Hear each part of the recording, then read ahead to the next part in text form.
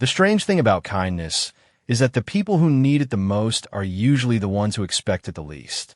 Snow drifted slowly through the streets of Manhattan, turning the city into a blur of silver lights and frozen sidewalks. The wind howled between the buildings hard enough to sting exposed skin, but Julian Mercer barely noticed. He stood beside the black SUV parked outside St. Vincent Memorial Hospital, one gloved hand gripping the small bronze urn resting against his chest. His father was inside that urn, or at least what remained of him. For 38 years, Julian had known Arthur Mercer as a titan, a billionaire, a man who could silence a room with one look and close billion-dollar deals before breakfast. Yet now all that power fit into something smaller than a coffee can. The thought hollowed him out in a way he refused to admit. The driver opened the rear door carefully. "Sir, the roads are getting worse." Julian nodded once, but didn't move. Across the street, a neon diner sign flickered weakly through the snowstorm. Most people hurried past with their heads down and collars raised, desperate to escape the cold. Then a sharp voice cut through the wind. "Don't bother coming back tomorrow, Elena. I can't keep covering for you." Julian looked up. A middle-aged man in a stained apron stood in the diner doorway, pointing toward the sidewalk while a young woman gathered her things in silence. She wore a thin brown coat that looked at least 2 winters too old and carried a stack of books pressed tightly against her chest. Her blonde hair had come loose from its knot, strands whipping across her face in the freezing wind. "I said I'm sorry," she told the man quietly. "My mom wandered out again. I had to go find her. That's not my problem." The door slammed shut behind him. The woman stood there for a second, blinking hard like she was trying not to cry. Then she crouched beside the curb to pick up a paperback that had fallen into the slush. Julian should have looked away. Normally he would have. But something about her expression stopped him. It wasn't anger. It wasn't embarrassment. It was exhaustion, the kind that settled deep into someone's bones after carrying too much for too long. She rubbed her hands together and glanced toward the bus stop down the block, where 2 homeless men huddled beneath the awning. One of them was coughing hard into his sleeve. Without hesitation, she walked over and handed him the paper bag she had been carrying from the diner. The older man peeked inside. "You sure, sweetheart? I already ate," she lied gently. Julian frowned, because even from across the street he could tell she hadn't. The wind pushed snow sideways now, thick and relentless. Elena sat alone at the bus stop afterward, curling inward to stay warm. Her shoes were soaked through. Julian finally crossed the street before he could talk himself out of it. She looked up cautiously as his polished shoes stopped in front of her. For a moment, neither of them spoke. Up close, she looked even more tired than before, pale from the cold, freckles dusted across her cheeks, blue eyes carrying that strange mix of softness and sadness people only earned through hardship. Julian reached into his coat pocket and pulled out a crisp $100 bill. "Take this," he said simply. Elena stared at the money without moving. Most people recognized Julian Mercer instantly, the billionaire face from magazine covers and financial interviews. But tonight he wore no tailored overcoat, no security detail, no expression of authority. Just a black wool coat dusted with snow and eyes that looked older than they should have. "I can't," she said quietly. "You can." "Why?" Julian almost answered honestly. "Because tonight I buried the only person who ever truly understood me. Because giving away money feels easier than carrying grief." Instead, he said, "Because you need it." Elena hesitated before slowly taking the bill from his hand. Julian expected gratitude. Salt? Maybe tears. Instead, she pulled out a worn leather wallet, removed $80, and handed it back to him. "Bus fare and groceries," she explained softly. "That's all I needed." Julian stared at the folded bills in her trembling hand as snow gathered in her hair. Nobody had ever returned money to him before. Not in Manhattan. Not anywhere. "Keep it," he said. Elena shook her head once. "Someone else probably needs the rest more than I do." Then the bus arrived in a hiss of frozen air. She stepped onto it clutching $20 and her stack of books, disappearing behind fogged windows before Julian could say another word. He remained standing there long after the bus vanished into the storm. The cold bit through his gloves now, sharp and real, but for the first time since the hospital called that morning, Julian Mercer actually felt something besides emptiness. And he had no idea that within 24 hours, the name Elena Brooks will become the most important name in his entire life. The next morning, Manhattan woke beneath a sky the color of steel. Snow still clung to the sidewalks in dirty piles while yellow taxis crawled through slush-covered streets below Mercer Tower. Julian stood motionless inside his penthouse office, staring at the skyline through floor-to-ceiling glass windows with a cup of untouched black coffee cooling in his hand. Normally, mornings were ruled by numbers, meetings, and markets opening in Tokyo before sunrise. Today, none of it seemed to matter. The folded $80 sat on his desk beside the bronze urn holding his father's ashes. Julian had looked at those bills at least 20 times since last night. The money felt strangely heavier now than the millions flowing through his accounts every hour. A quiet knock interrupted his thoughts. "The attorneys are waiting downstairs, Mr. Mercer," his assistant Lauren said carefully from the doorway. Julian nodded once and followed her into the private elevator. Mercer Tower's conference room looked exactly the way his father would have wanted it to look after his death. Immaculate, cold, controlled, dark walnut walls, crystal water glasses untouched beside leather folders. 3 attorneys sat at the far end of the table while members of the Mercer board waited in silence. Julian's younger cousin Daniel scrolled through his phone impatiently while Victoria Hale, the company's chief legal officer, organized documents into perfect stacks. Nobody mentioned grief. In families like theirs, grief was treated like weakness. "We are here to finalize the remaining conditions of Arthur Mercer's estate," the lead attorney announced as Julian took his seat. "Most assets have already transferred to Mr. Mercer as sole heir." Julian barely listened. His eyes drifted toward the snow falling beyond the windows until one sentence cut sharply through the room. "However, there is one unresolved beneficiary." Julian looked up slowly. The attorney adjusted his glasses. Arthur Mercer left specific written instructions regarding an individual named Elena Brooks. Silence spread instantly across the table. Julian felt something tighten in his chest. "Who?" Daniel asked with a short laugh. "None of us know," the attorney admitted. "Which is precisely the issue." Victoria opened another folder. Arthur Mercer established a separate trust under her name nearly 14 years ago. Medical payments, educational support, housing assistance, all anonymously funded through private channels. Julian stared at her. "My father supported someone for 14 years? Yes. Why was I never told?" Victoria hesitative. "Because your father demanded total confidentiality." Another attorney slid a sealed envelope across the table. The cream-colored paper looked old, edges slightly worn. Arthur Mercer's handwriting stretched across the front in dark ink. "For Julian. Only after my death." Julian recognized the handwriting instantly. Even now it still carried authority. His fingers tightened slightly as he opened the envelope and unfolded the letter inside. "If you are reading this, son, then I no longer have the chance to explain things myself. There are mistakes in life that money cannot erase. But sometimes kindness can soften what guilt never will. Find Elena Brooks. Protect her if you can. She matters more than you understand." Julian read the words twice, then a third time.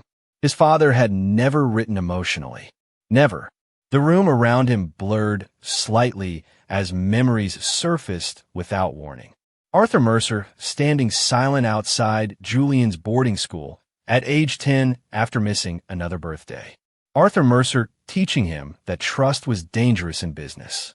Arthur Mercer never saying the words, "I am proud of you," even once. Yet somehow the old man had spent 14 years secretly helping a stranger. "Do we know where she is?"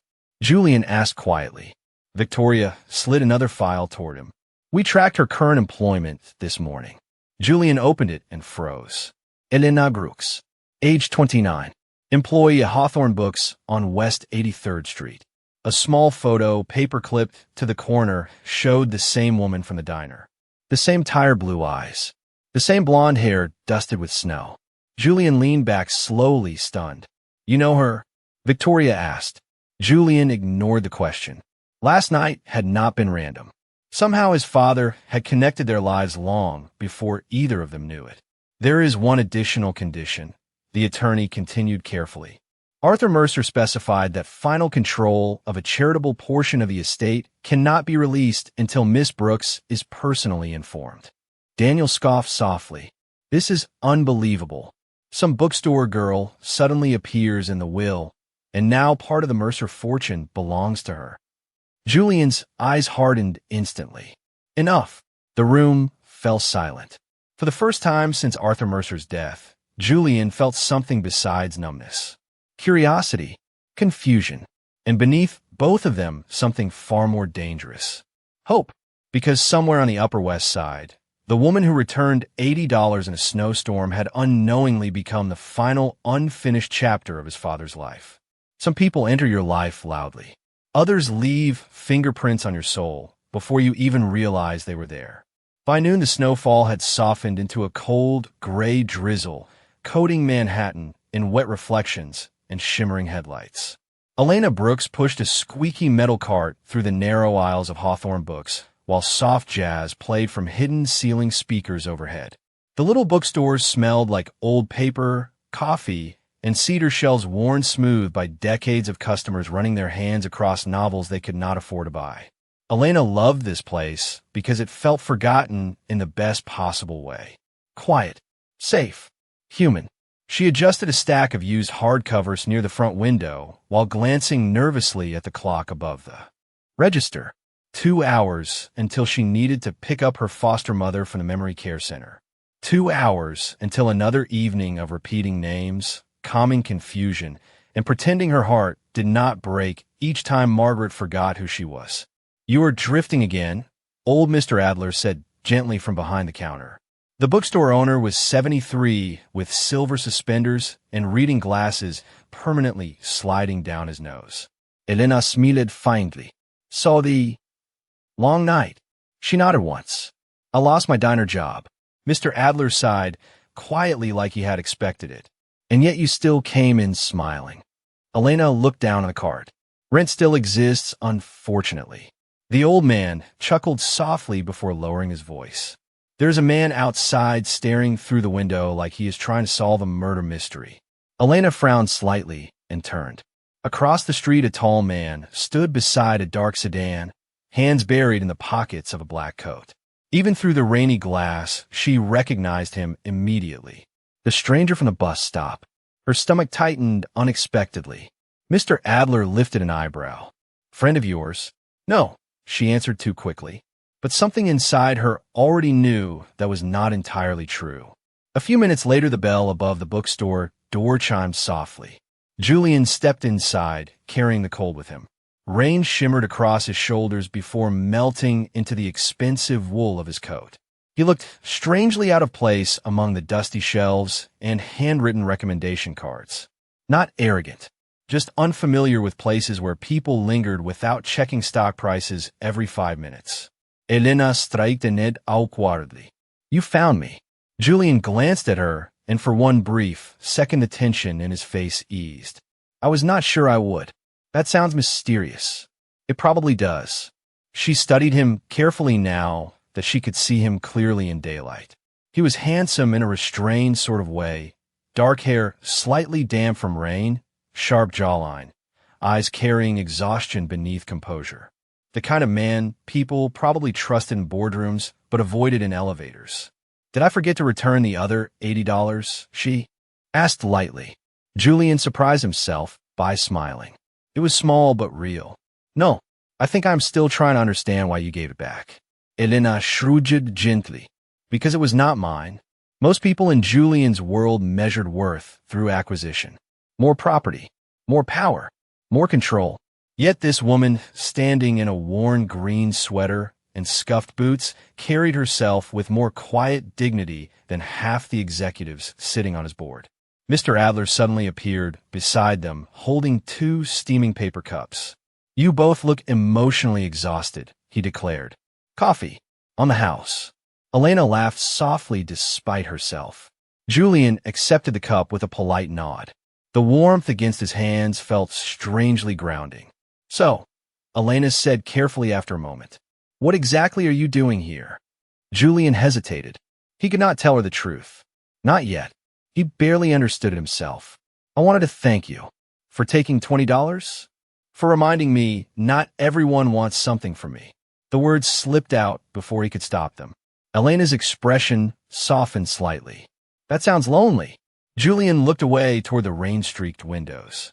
It was lonely, painfully so, but he had spent years convincing himself loneliness was simply the price of success. Elena tucked loose blonde hair behind her ear. "People usually want things because life is expensive," she said quietly. "Not because they are bad." Julian looked back at her then, really looked. No bitterness, no manipulation, just honesty. Before he could answer, Elena's phone buzzed in her pocket. Her face changed instantly after reading the screen. "Fear. I have to go.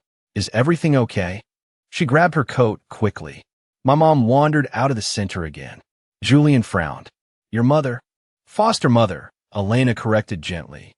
"She raised me." Without thinking, Julian said, "I will drive you." Elena blinked in surprise. "You do not have to." "I know." Outside, the rain had grown heavier, cold droplets bouncing off sidewalks as taxis sprayed water along the curb. Julian opened the passenger door for her without a word. Elena hesitated only briefly before getting inside. Neither of them noticed the black town car parked half a block away, or the man inside lowering a camera after quietly taking their photograph. Sometimes the people carrying the heaviest memories are the ones still making room to care for everyone else. Rain rolled down the windshield in silver streaks as Julian guided the sedan through upper Manhattan traffic. The city glowed around them in blurred reds and golds while soft jazz hummed quietly from the speakers. Elena sat in the passenger seat, clutching her phone tightly, staring out the window with worry etched across her face. "This happens a lot?" Julian asked carefully after several blocks of silence. Elena nodded without looking at him. "More lately." "What condition does she have?" "Alzheimer's." Her voice softened when she said it, almost protective. "Some days she remembers everything. Other days she thinks I'm still 14. Julian glanced at her briefly. "That must be difficult." Elena let out a small breath that almost sounded like a laugh. "You get used to pretending your heart is not breaking." The honesty in that sentence lingered heavily between them. Julian had spent years around polished conversations and strategic lies. People in his world rarely said what they actually meant. But Elena spoke with the kind of quiet truth that slipped past defenses before you noticed. 20 minutes later, they pulled up outside a modest memory care center on the Upper West Side. Warm yellow lights glowed through the windows while snowmelt dripped steadily from the awning overhead. Elena hurried inside with Julian following a few steps behind. A tired receptionist looked up immediately. "Miss Brooks, I'm so sorry. We found Margaret about 10 minutes ago in the courtyard." Elena closed her eyes briefly in relief. "Is she okay?" "Cold. Confused. But okay." Elena thanked her softly before moving down the hallway. Julian followed more slowly, his polished shoes strangely out of place against faded floral carpet and walls lined with watercolor paintings made by residents during therapy sessions. The place smelled faintly of soup and lavender. Human. Fragile. Real. Elena stopped outside room 214 before gently pushing the door open. An elderly woman sat bundled in a pale blue blanket near the window, silver hair loose around her shoulders. She looked up nervously at first until her eyes landed on Elena. Then her entire face softened. "There you are," Margaret whispered. Elena crossed the room immediately and knelt beside her chair. "You scared me." Margaret touched Elena's cheek gently. "I was looking for your mother." Elena's smile trembled only slightly. "I know." Julian remained near the doorway, suddenly feeling like an intruder witnessing something painfully intimate. Margaret finally noticed him standing there. "Oh," she said quietly. "You brought a handsome man this time." Elena laughed softly, embarrassed. He just gave me a ride. Margaret studied Julian with surprising sharpness, despite the confusion clouding her memory. You look lonely, she said suddenly. Julian blinked. The room fell still. Most people saw power when they looked at him. Wealth, influence, control. Nobody ever saw loneliness. Yet somehow this fragile woman had noticed it within seconds. Elena looked uncomfortable. Margaret says whatever comes into her head. No, Julian said quietly. She might be right. Margaret smiled faintly before leaning back in her chair. The lonely ones are usually the kindest after life softens them. Julian did not know how to answer that. Elena carefully adjusted the blanket around Margaret's shoulders while speaking gently about dinner and medication schedules. Julian watched the tenderness in her movements. No frustration, no resentment, just patience, endless patience. It struck him suddenly that Elena gave people the kind of care money could never purchase. An hour later, Margaret finally drifted asleep beside the window while snow began falling lightly outside again. Elena stepped quietly into the hallway and rubbed exhaustion from her eyes. "Thank you for driving me," she whispered. "You did not have to stay." "I know." She smiled faintly at the familiar answer. For a moment, neither of them spoke. The hallway lights cast a warm glow across Elena's face, while distant laughter drifted from another resident's room down the corridor. Julian found himself not wanting to leave, which made absolutely no sense. "You take care of her alone?" he asked. Elena nodded. "Mostly. What about your family?" Her eyes lowered briefly. "Margaret was my family." Something about the sadness in her voice made Julian ask the next question before thinking. "And the man helping you all these years?" Elena looked up sharply. "What man?" Julian froze internally. "Careful. Too careful. You mentioned before that people help sometimes." Elena relaxed slightly. "Oh, there was an anonymous donor." She leaned against the wall thoughtfully. "Whoever he was, he paid for my school supplies when I was little. Then later Margaret's medication. Sometimes rent assistance showed up when things got really bad." Julian felt his chest tighten. "His father. Did you ever meet him?" Elena shook her head slowly. "No, but Margaret used to say he carried guilt in his eyes." Julian looked away instantly because suddenly he understood something terrifying. Arthur Mercer had not supported Elena out of charity. He had been trying to atone for something. And whatever that secret was, it had followed Julian straight into her life. The hardest truths are usually hidden inside the stories nobody wanted to tell out loud. 2 days later, the rain finally disappeared from Manhattan, leaving behind sharp winter sunlight that bounced off glass towers and icy sidewalks.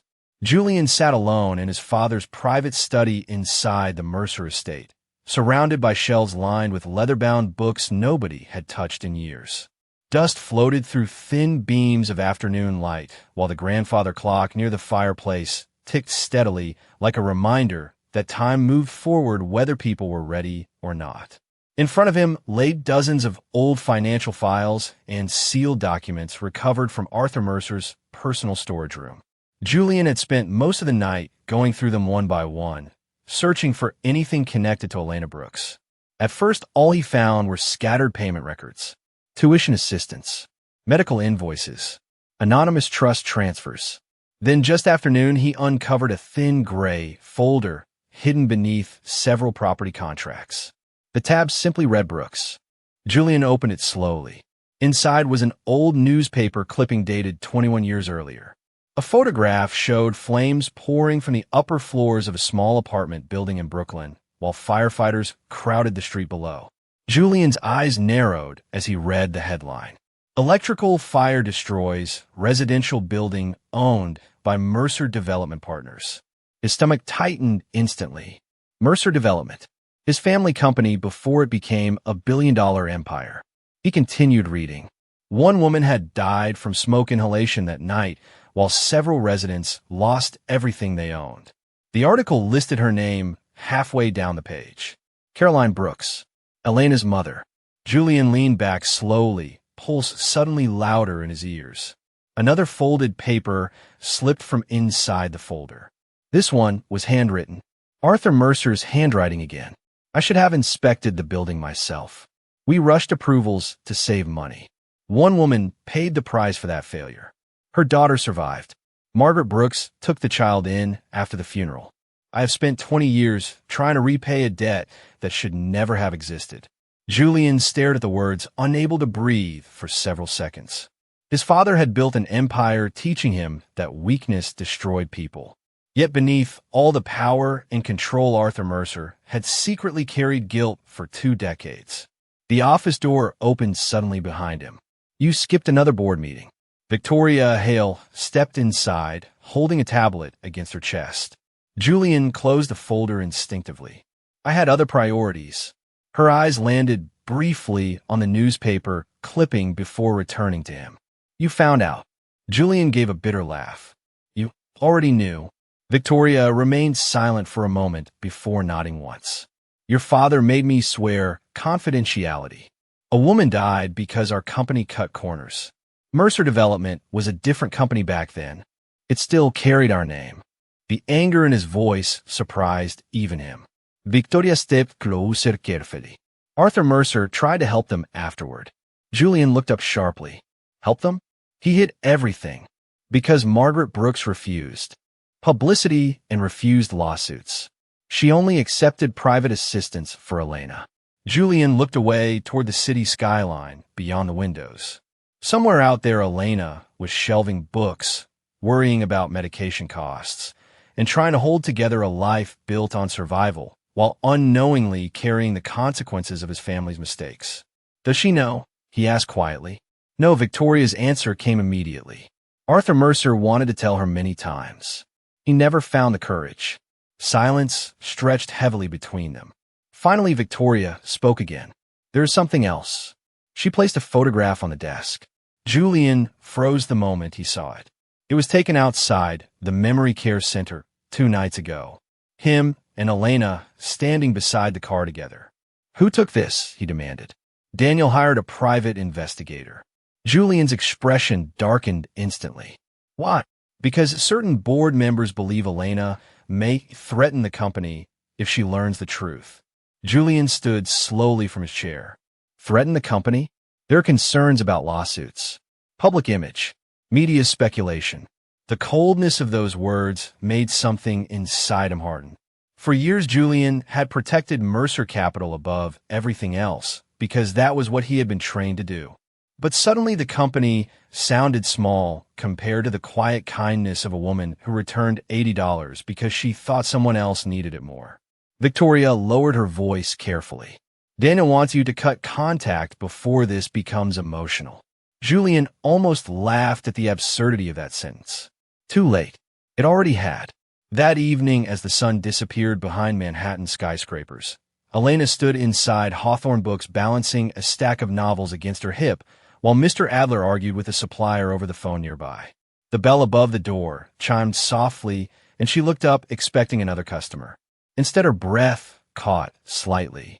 Julian stood there again, holding 2 paper coffee cups, and wearing an expression she could not quite read. But this time something about him felt different. He looked less guarded, more human somehow. Elena smiled despite herself. You know, this is becoming a habit. Julian handed her one of the coffees quietly. I was hoping you would not mind. She accepted it carefully, fingers brushing his for half a second. Warmth flickered unexpectedly through both of them. Neither noticed Daniel Mercer watching from a black SUV parked across the street with anger slowly hardening behind his eyes. People rarely fall in love all at once.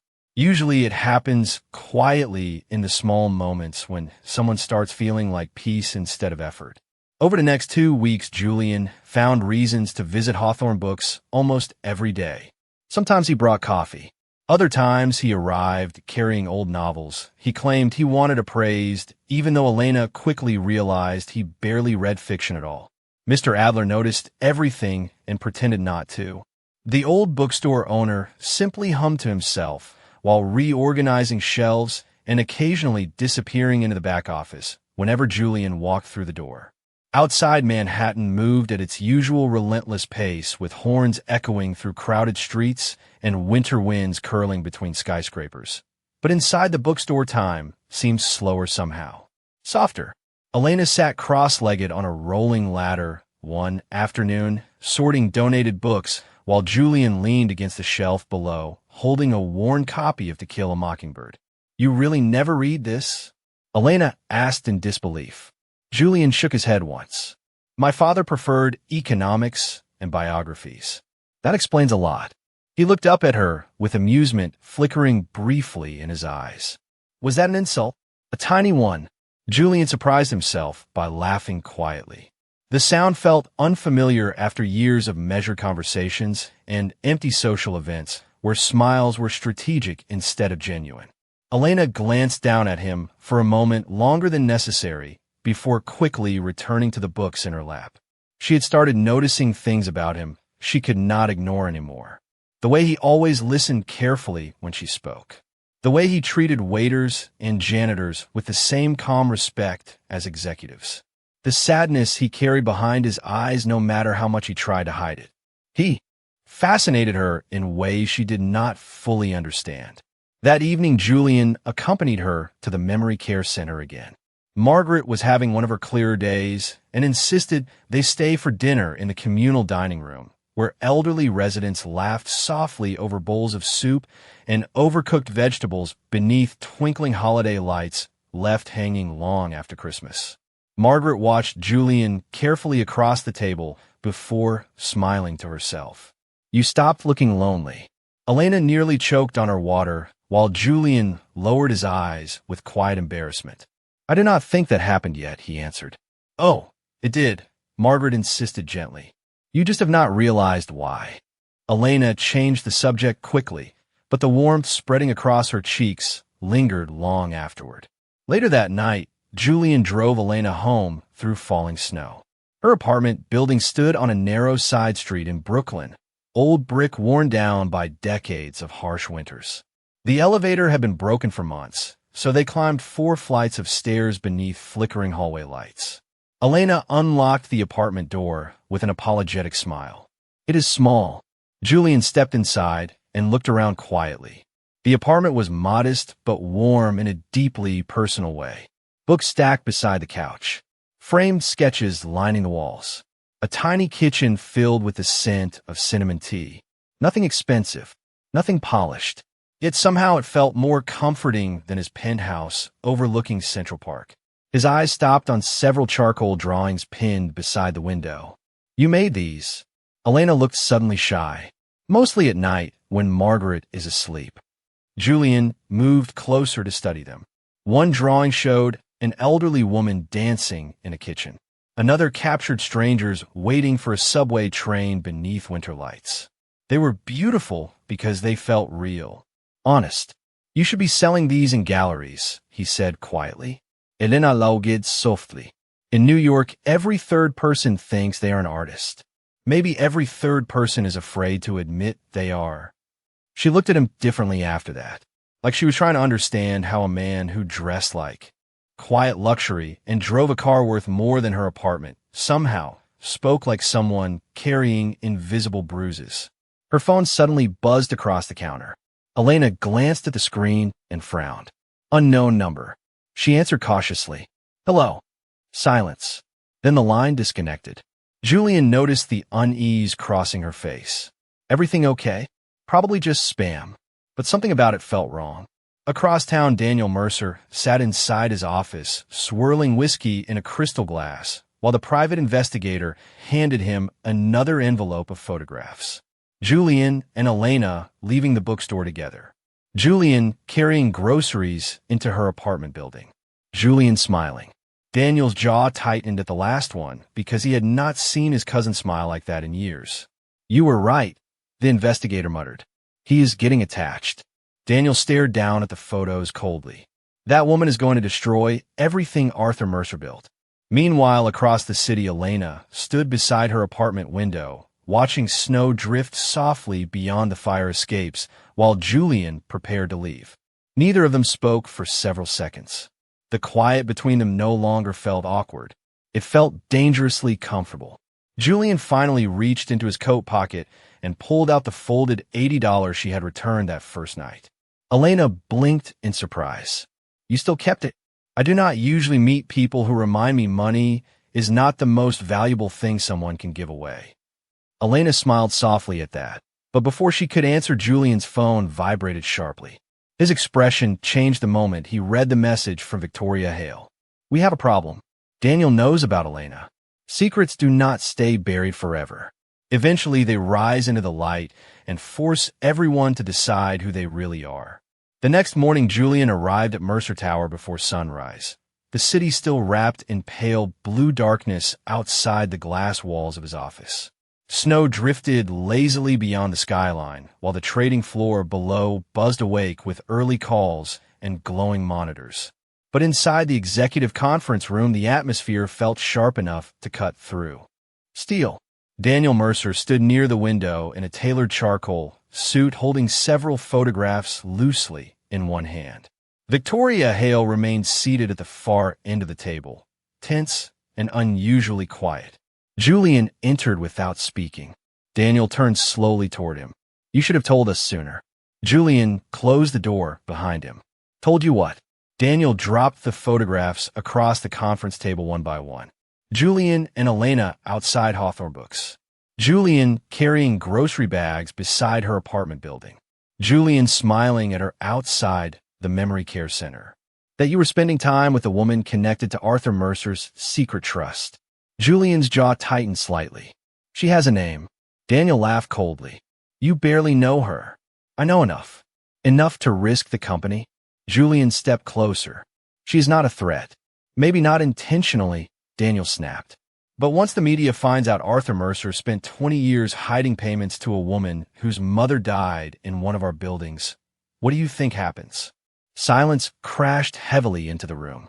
Julian held Daniel's stare without blinking. So that is what this is really about. Reputation. It is about survival. Daniel slammed his hand against the table hard enough to rattle the water glasses. Thousands of employees depend on Mercer Capital. Investors. Clients. Entire pension funds. One emotional mistake could destroy all of it. Julian's voice lowered dangerously. The emotional mistake happened 20 years ago when our company failed that family. Victoria finally spoke quietly. Julian. But he barely heard her. Daniel stared at him with disbelief. You are thinking emotionally. Maybe for once someone should. Daniel shook his head slowly. Arthur spent his entire life building power, because power keeps people safe. You think that girl understands this world? She works in a bookstore, Julian. The insult landed harder than Daniel intended, because Julian suddenly realized something painful. A month ago, he might have agreed. Before Elena, he measured people by usefulness, intelligence, leverage, and ambition because that was the only language he had ever been taught. But Elena measured people differently. Through kindness, loyalty, patience. Things his world treated like weaknesses even while desperately needing them. Julian looked at the photographs again. Elena laughing outside the bookstore while snow fell around her shoulders. Elena helping Margaret walk carefully through the memory center hallway. Elena returning $80 she could have desperately used. She was the least dangerous person he had ever met, which probably explained why people like Daniel feared her so much. Stay away from her, Daniel warned quietly. Before this becomes impossible to contain. Julian stared at his cousin for several long seconds. Then he gathered the photographs calmly from the table. No, Daniel's expression darkened instantly. You are choosing her over this company? I'm choosing not to punish someone for our family's mistakes. Without another word, Julian turned and walked out. 2 hours later, Elena stood on a ladder inside Hawthorne Books, hanging paper snowflakes near the front window, while soft instrumental music drifted overhead. Mr. Adler insisted holiday decorations stayed up until February because winter in New York was depressing enough already. Elena smiled faintly as she adjusted one crooked snowflake. Her phone buzzed in her pocket. Unknown number again. She hesitated before answering. Hello. A woman's voice spoke calmly on the other end. Miss Brooks, my name is Victoria Hale. We need to meet. Elena frowned slightly. I think you have the wrong number. No, Victoria answered gently. I work for Mercer Capital. Elena Froze. The name sounded familiar somehow. Important. Powerful. This concerns Julian Mercer. Her grip tightened around the phone. Ooh, silence. Then Victoria spoke carefully. You truly do not know who he is. 20 minutes later, Elena sat alone inside a quiet coffee shop near Central Park while winter light spilled through fogged windows. Victoria Hale arrived precisely on time, carrying a leather folder beneath one arm. Elegant, controlled, intimidating. Elena immediately felt underdressed in her thrift store coat and knitted scarf. Victoria sat across from her with visible hesitation. Miss Brooks, what I am about to tell you may be upsetting. Elena's heartbeat quickened. What is this about? Victoria slid a magazine across the table slowly. The cover featured Julian standing beside the words Mercer Billionaire, heir, takes control after father's death. Elena stared at the photograph, unable to process what she was seeing. The same eyes, the same face. Suddenly, every expensive watch, every polished car, every carefully restrained answer made horrifying sense.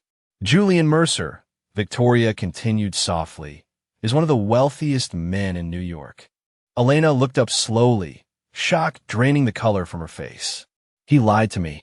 Outside, snow began falling again beyond the coffee shop windows, while somewhere across Manhattan, Julian drove toward Hawthorne Books with flowers resting on the passenger seat beside him, completely unaware that the fragile trust between them had just begun to shatter. The deepest heartbreak does not come from discovering someone lied to you. It comes from realizing you had already started trusting them before the truth arrived. Snow swirled heavily through Manhattan that evening, blanketing the streets in white while headlights smeared gold across wet pavement. Elena sat motionless near the coffee shop window long after Victoria Hale had left, the magazine still resting open beside her untouched tea. Julia Mercer, Billionaire heir. So, her mind replayed every conversation they had shared over the past weeks with painful new clarity. The expensive watch he always tried to hide beneath his sleeve. The black sedan waiting outside the bookstore. The way strangers occasionally stared at him like they recognized someone important. She felt foolish now, not because he was wealthy, but because he had never trusted her enough to tell the truth. Across town, Julian stepped out of his car holding a bouquet of white roses as snow collected on the shoulders of his dark coat. He smiled faintly while approaching Hawthorne Books, already imagining Elena teasing him for bringing flowers in the middle of winter. But the moment he entered the bookstore, he knew something was wrong.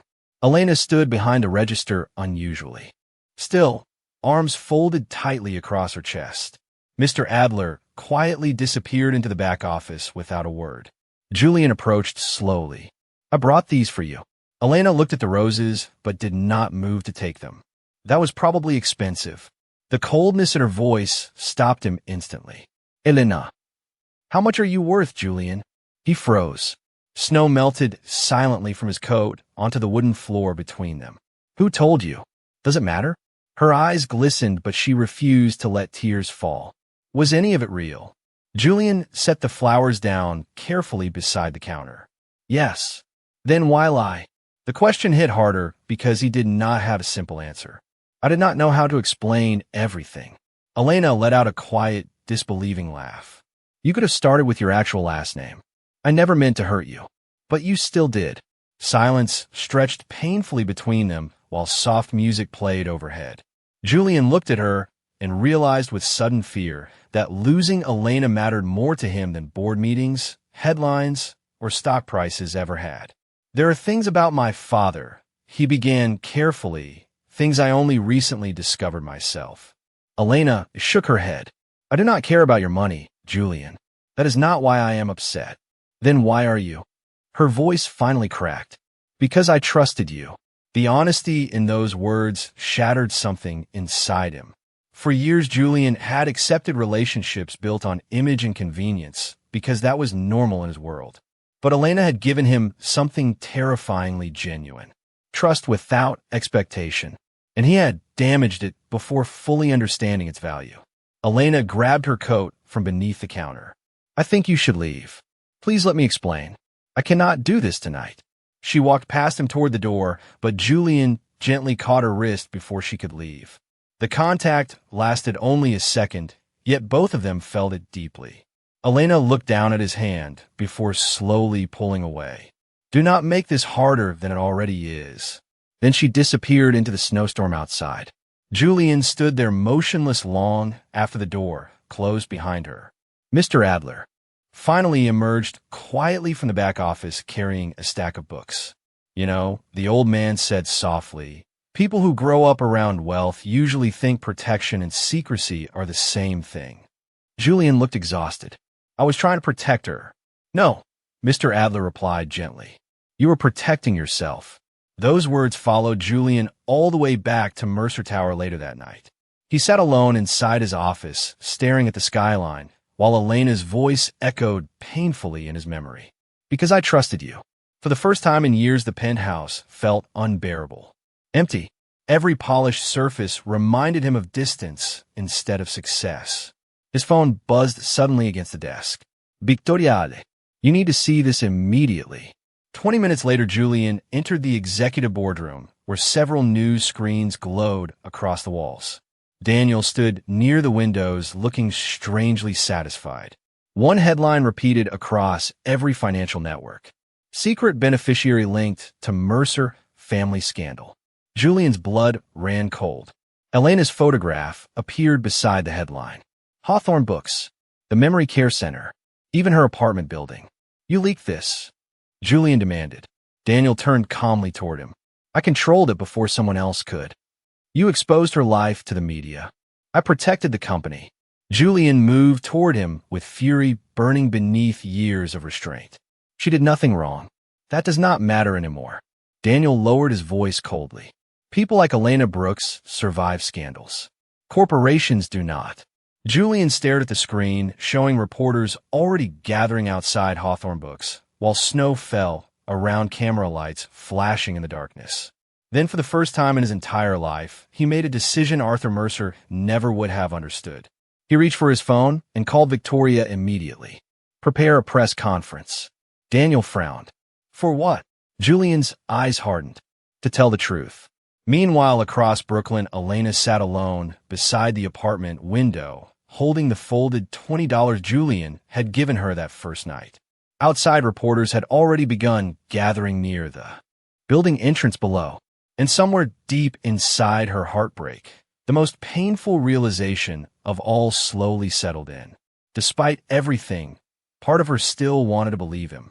The moment a person stops hiding the truth is usually the moment they finally discover who they want to become. By the next morning, every major news network in New York was covering the Mercer story. Reporters crowded outside Mercer Tower beneath gray winter skies, while camera flashes bounced across black SUVs lined along the curb. Inside, the building executives rushed through hallways whispering in panic about falling stock prices and emergency shareholders meetings. But high above the chaos, Julian Mercer stood alone inside his office, staring at the folded $20 resting beside his father's urn. For years, he had believed strength meant control. Control emotions. Control damage. Control perception. Yet the woman who changed him had done the exact opposite. Elena never controlled people. She simply cared about them honestly. And somehow that honesty carried more power than everything he inherited. Victoria Hale stepped quietly into the office. The board is demanding you cancel the press conference. Julian did not look away from the skyline. Tell them no. Daniel is threatening legal action. Then Daniel can start with me. Victoria studied him carefully. Your father spent his life protecting the company. Julian finally looked up, and somewhere along the way he forgot how to protect people. 1 hour later, reporters packed into the Mercer Tower ballroom, while cameras pointed toward the stage beneath blinding white lights. Daniel stood near the back of the room, furious, as Julian walked calmly to the podium, wearing a dark navy suit and exhaustion beneath his eyes. The room immediately exploded with questions. Is Elena Brooks suing Mercer Capital? Did your father secretly support her family? Is the company responsible for the Brooklyn fire? Julian raised one hand slowly, and the ballroom quieted. For the first time in his life, he spoke without lawyers shaping the language first. 21 years ago, a woman named Caroline Brooks died in a building connected to my family's company. Internal records show safety inspections were rushed during that project. My father carried guilt over that failure for the rest of his life. Silence filled the room. Even the reporters stopped moving. Julian continued steadily. Arthur Mercer spent years helping Caroline Brooks's daughter anonymously because he believed it was the closest thing to making things right. But the truth is, kindness should never arrive hidden behind shame. Daniel closed his eyes angrily from the back of the ballroom while camera shutters exploded across the room. Julian's voice softened slightly. Elena Brooks has never asked my family for anything. She did not know about the trust. She did not know who I was. And she deserves privacy and respect instead of headlines. A reporter stood quickly. What happens now? Julian paused before answering. Now Mercer Capital accepts responsibility. Gasps spread across the ballroom as Julian announced the creation of a multi-million-dollar housing and safety foundation for families displaced by residential negligence. Then he did something nobody expected. He stepped away from the podium and removed himself as acting CEO until the independent investigation concluded. Victoria stared at him in shock because Arthur Mercer would never have surrendered power voluntarily. But Julian was no longer trying to become his father. That evening, snow fell softly over Brooklyn while Elena sat quietly beside Margaret's bed at the memory care center. The television mounted in the corner replayed clips from Julian's press conference again and again. Margaret watched silently before reaching for Elena's hand. He looks heartbroken. Elena swallowed hard. Maybe he should be. Margaret smiled sadly. People who tell the truth when it costs them something are rare, sweetheart. Elena looked away because part of her already knew Margaret was right. Later that night, Elena returned to her apartment building and froze when she saw the crowd outside had disappeared. No cameras, no reporters, just quiet snowfall drifting beneath streetlights. A familiar black sedan waited near the curb. Julian stepped out slowly the moment he saw her. Neither moved for several seconds. The cold air between them carried every misunderstanding, every secret, every unspoken feeling. Finally, Julian spoke quietly. I resigned. Elena blinked in surprise. Why? Because protecting a company stopped mattering the moment I realized I was hurting you. Her eyes shimmered slightly, but she stayed silent. Julian reached into his coat pocket and carefully unfolded the $20 she had kept since the night they met. Then he handed her something else. A small handwritten note yellowed with age. Elena recognized Arthur Mercer's handwriting immediately. Real wealth is knowing who still stays kind when life becomes cruel. Tears filled her eyes as Julian spoke again. My father wrote that after meeting you for the first time, when you were a little girl. Elena looked up slowly. He met me. Julian nodded. You shared your sandwich with him outside a hospital after your mother died. He never forgot it. The world seemed to stop moving around them then. Snow drifted silently through golden streetlight while years of hidden guilt and invisible kindness finally connected.